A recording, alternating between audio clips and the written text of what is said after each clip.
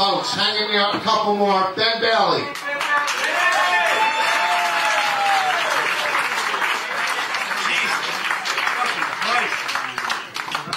know how hard it's been to sit there and not get drunk by now? Sitting there for 4 fucking hours. Keith shows up.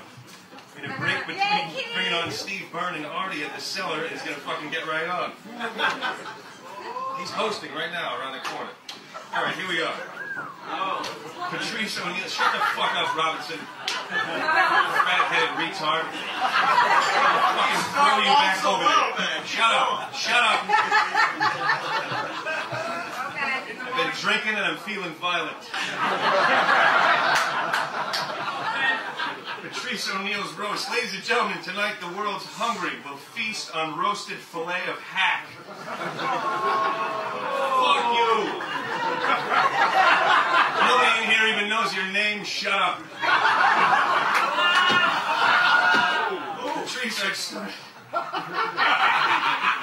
I'd like to start by listing a few things that I truly feel sorry for. Your feet, your chair, your belt, your toilet, and your mother's uterus. Now let's get started. You fat, obnoxious prick. You giant waste of human life, your reason for all pain, sorrow, and remorse. You are truly nothing more than a giant shit stain on the filthy underwear that is the comedy business.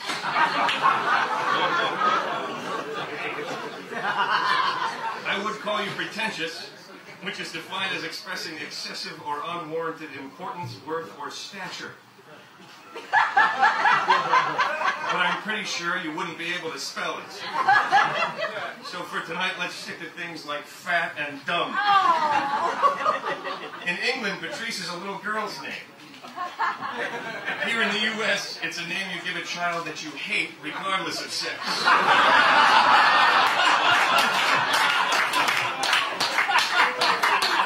Here are a few names I think might be more appropriate. Fat fuck. Fatty fat, fat, fat, fat fucker. Hack squatch. Really fat Albert. The Pepsi-Cola fat ass. Furious George, Feed the Children, Food Spot, and my personal favorite, Grimace. Please do us all a favor. Eat a cake and kill yourself.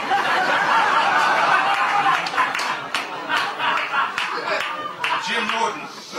It is hard to write an insult about a man whose physical appearance is so insulting in itself. It's hard to hurt a man who has to get up every day and see that face looking back at himself in the mirror, horrified.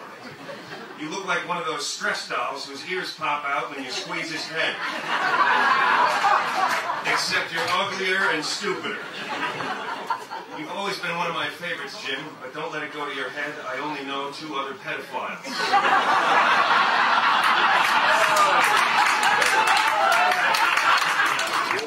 And they're both here tonight. What do you say to a man who's made a name for himself by telling baby rape jokes and paying people to piss and shit on him? You twisted little freak of a man. You look like that pathetic little bird from Bugs Bunny who couldn't catch anything for dinner. Except he was cute. You're living proof that even pseudo-celebrity status can make an ugly man seem attractive to a transvestite hooker who was stranded at a truck stop. You look like a giant albino sea turtle that accidentally swam out of its shell and washed up on the beach dead.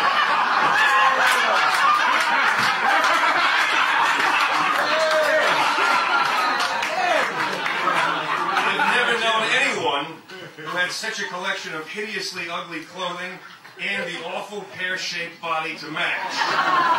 Until I met Keith Robinson.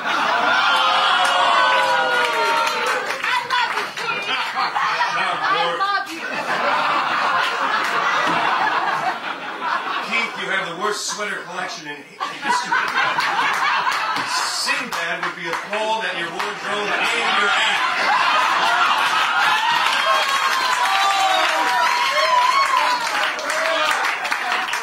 You horrible hack. You have no chance of success and you know it. That's why the words "God damn it" come out of your mouth at least 100 times in every boring set that you do. You look like an older version of Martin Lawrence if he was out of shape, lonely, and unsuccessful. Unsuccessful. Which is a brand new term. You should have stuck with wrestling. I'm sure the Black Scorpion had a better career path.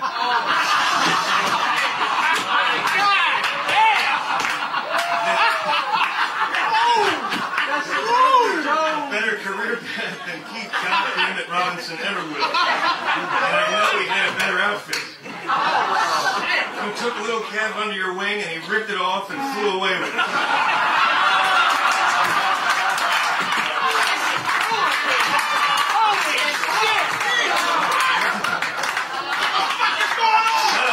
Shut up just in time. He ripped it off and flew away with it, leaving you with one wing flying in circles between New York and Philadelphia forever. Quit now so that both of your shitty cars can finally have a rest. Just me! Yeah.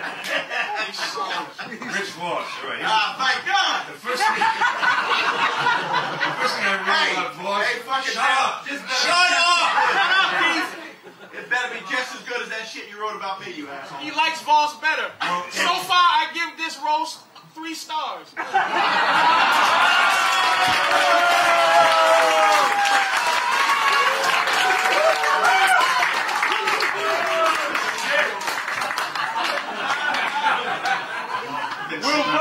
You've been sitting on that all night. I really feel sorry for that comment.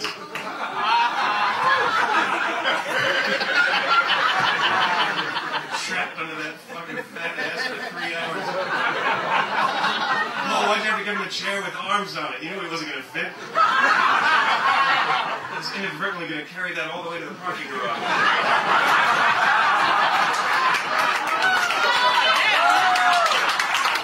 Why you put 4 stars in it, you fat fuck? First thing about Rich Voss I wrote more than a week ago. That is the ugliest fucking suit I have ever seen. And I saw the one you wore to the last roast. As we speak, you're probably on Last Comic Standing, which I prefer to call Voss's Last Stand. Tell me, did you win, or did you get to the final round and have another anxiety asthma attack? And get wheeled out while some other open micer collected the prizes in glory? You're a giant retarded midget. If you are the last comic standing, it's only because they thought you were sitting down.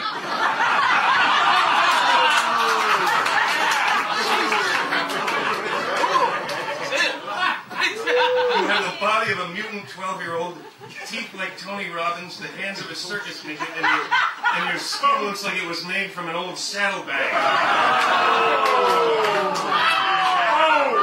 You are the only non-Asian I know who is constantly squinting, and it certainly isn't because of the brightness of your future.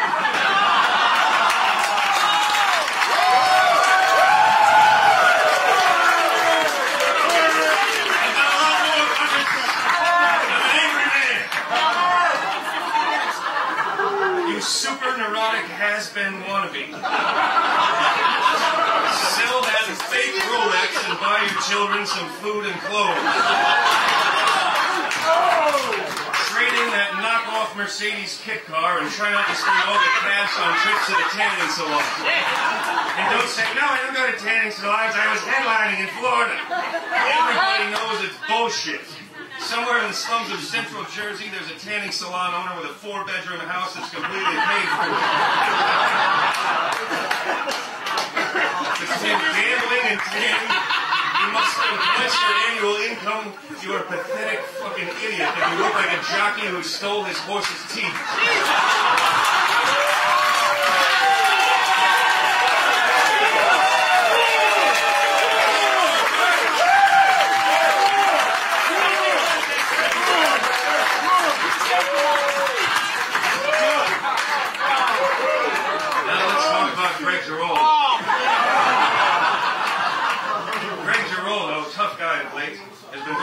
Starting fights dance with audience members and picking on big bad dudes like Greg Rogel and Dan Nadiman?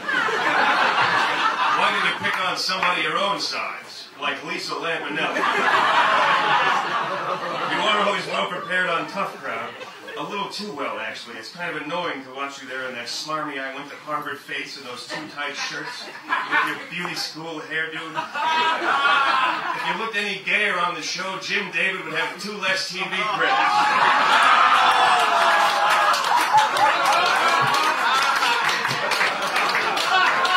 It's time to make a choice, Greg. Harvard know-it-all, drunken Mexican street fighter, or Chelsea hairdresser. I leave it to you. Right, man. I've never heard you be funny before. Sit down. That almost got Is there a light? No, shut up.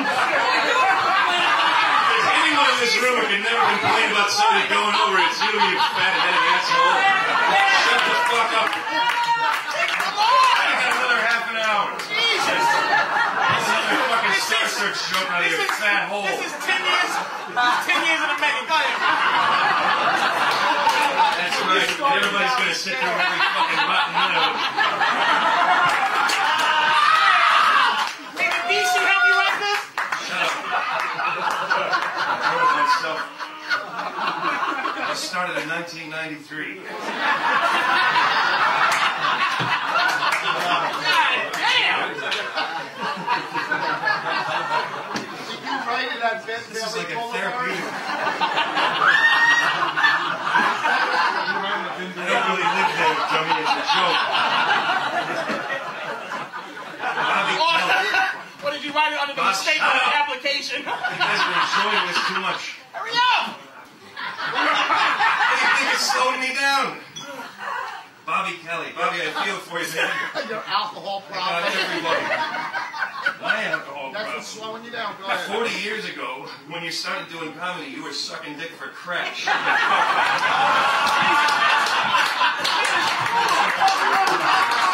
not leaving until I'm done, so you fucking better shut up and get done with this shit. Look at something to drink. Like we don't all know you mean eat.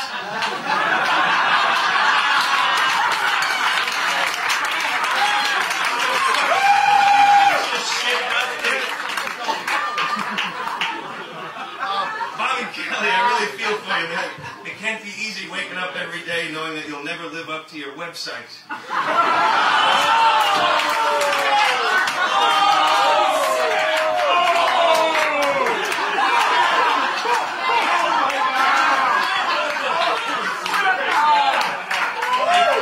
They call you fat and stupid, but that would be like calling the sky blue. It's been said so many times you don't even argue anymore. You just go, yeah, I'm stupid, so what? So you're stupid, that's what, you fat goat. If Kryptonauts is the best thing you could come up with, maybe you should move back to Saugus and tell them all how tough it was to live here in Manhattan. Roll with that! You runaway Bob's Big Boy sign. There's no such thing as a porcupine, pop-pop poo-poo cream, a balloon a second, or a piss-your-pants monster. You fucking child, grow up and write something other than how stupid you are. Alright, that's one fuck. A minute. Jesus. I'm cutting it short as it is.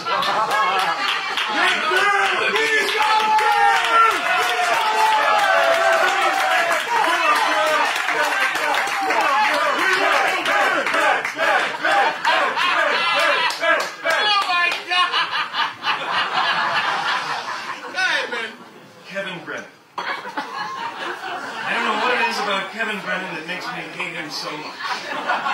Perhaps his bubbly personality or his friendly demeanor. Perhaps it's the way he always says hello to everyone and always has a kind word to say. Or perhaps it's the fact that he has a little brother who is more successful in the comedy business than he is. Let me ask you something, Kevin. When you guys flipped a coin a decade ago to decide who would try to be funny and who would kiss Dave Chappelle's ass, who did you think won the coin toss then? Sherrod Small. Good evening, sir. I like you, Ben. I like you too. Everybody else, I'm kicking their ass. No one in the business has a stronger hand of race cards and relationship aces than Sherrod Small. Even Tony Rock is less likely to pull one out during a dispute with, say, a bartender or a club booker. Yes! You two guys are doing awfully well, awfully early on. I just have one question for you both. Would you be getting so many spots if you were related to Artie?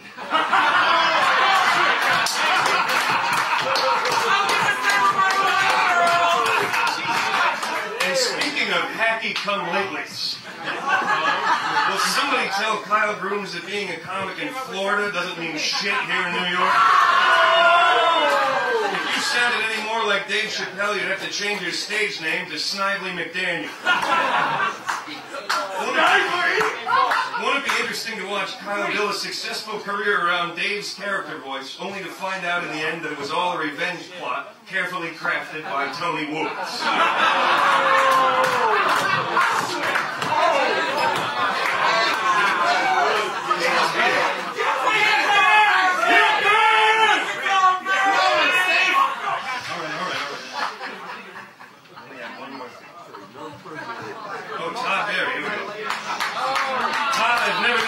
Whose head looks more like a giant testicle.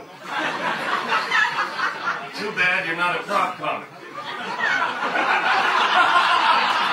I know you've never used props. It's beneath you.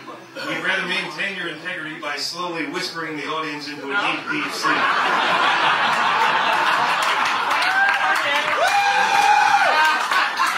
And then waiting around nervously to see if any of the waitresses are drunk enough to go home with you. In a word, sir, you are ignorant.